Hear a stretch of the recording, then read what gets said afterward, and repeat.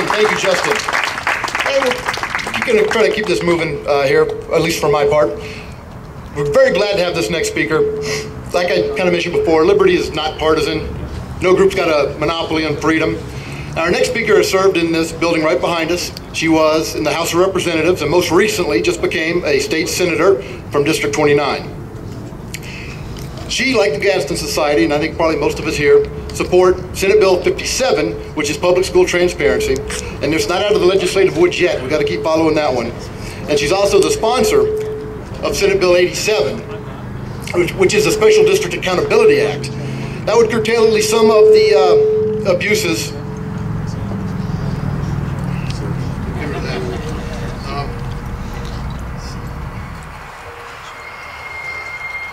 Some of the abuses in the special districts that we have that are growing in this state, like kudzu, and if you're not from the South, kudzu grows very fast.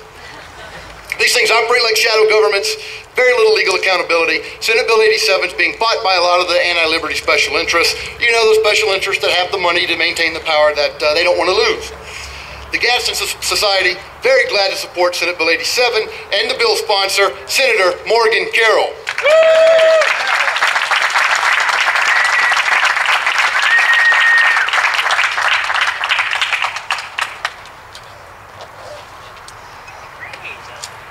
Hey, good afternoon. We got some lovers of liberty in the house, I see. Thank you guys for coming out today. I know it's a beautiful day. I just want to check with you, out of those of you here, how many of you have ever emailed or called or testified at the legislature over any issue? Give yourselves a round. Thank you so much. You heard earlier, and I think it was actually Dave who mentioned this, that under this building, obviously this is about the people's business. And without the people, I will tell you that this is very high risk for getting handed over to special interests for what is here.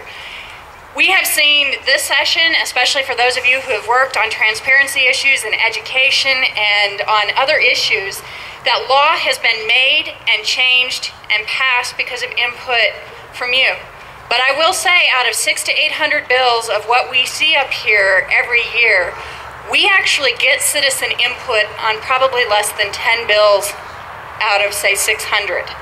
So you can imagine when the question of what rights, what liberties are at stake, what happens when we actually don't participate in the system. And it's one of two things.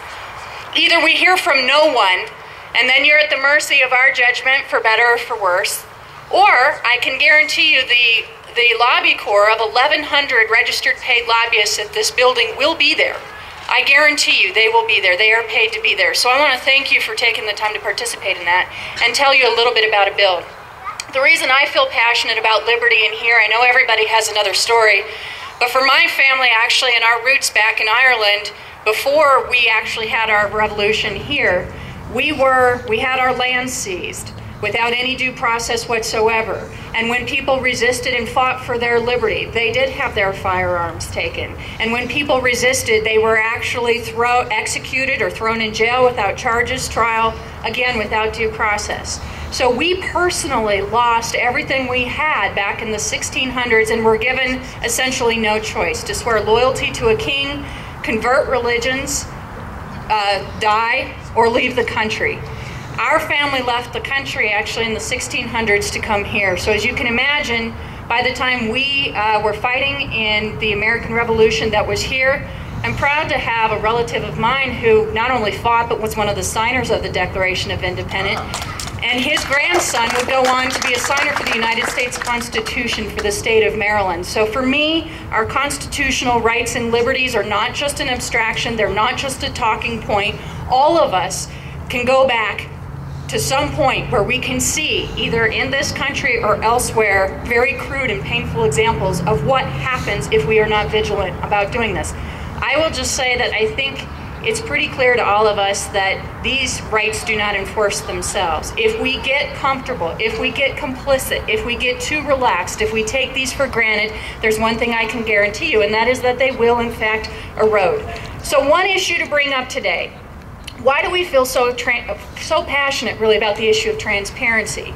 Knowledge is power. Let me start there. Whether it's consumers having knowledge so that they have the power to actually make the free market work, whether it's citizens having knowledge and information and transparency so they can hold a government accountable, you cannot know what we are doing and you cannot hold us accountable unless you know every activity we do, every decision we make, and every dollar we spend.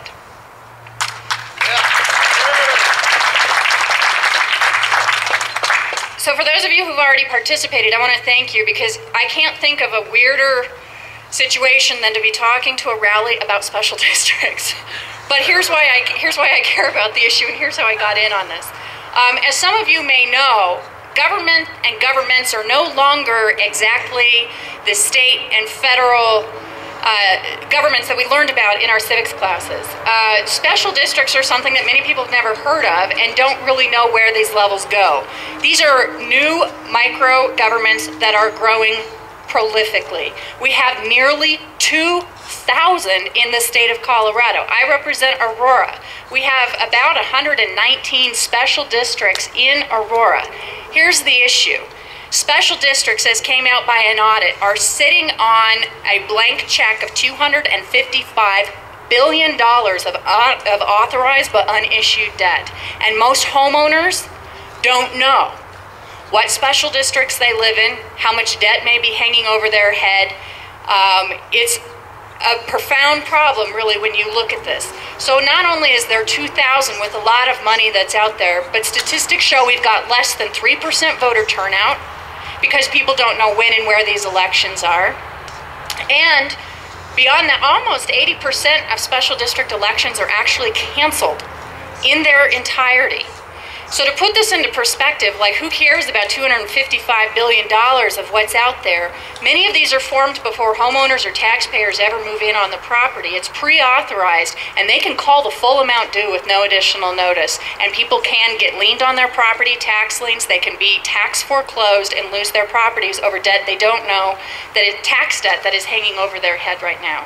So it is core to protecting our current state of property rights right now. It is core to taxpayer notice and accountability so taxpayers have a right to know when and where they can vote and how this affects them on this. Our state budget, just to put into perspective, is about $18 billion.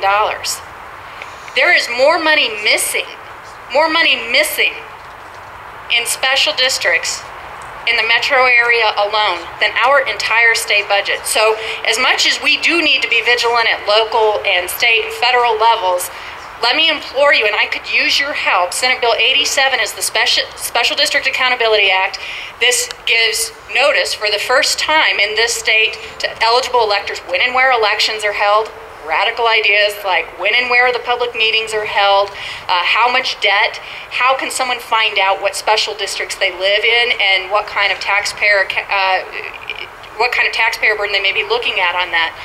It's Senate Bill 87. It has passed out of appropriations. It is headed up for the Senate floor probably this Friday. So there's a lot of money at stake. I think there's a lot of rights at stake, and even though special districts isn't a concept that inherently gets people whipped up, I think the principles underneath this about transparency, about accountability, about taxpayer rights, about property rights could not be more important.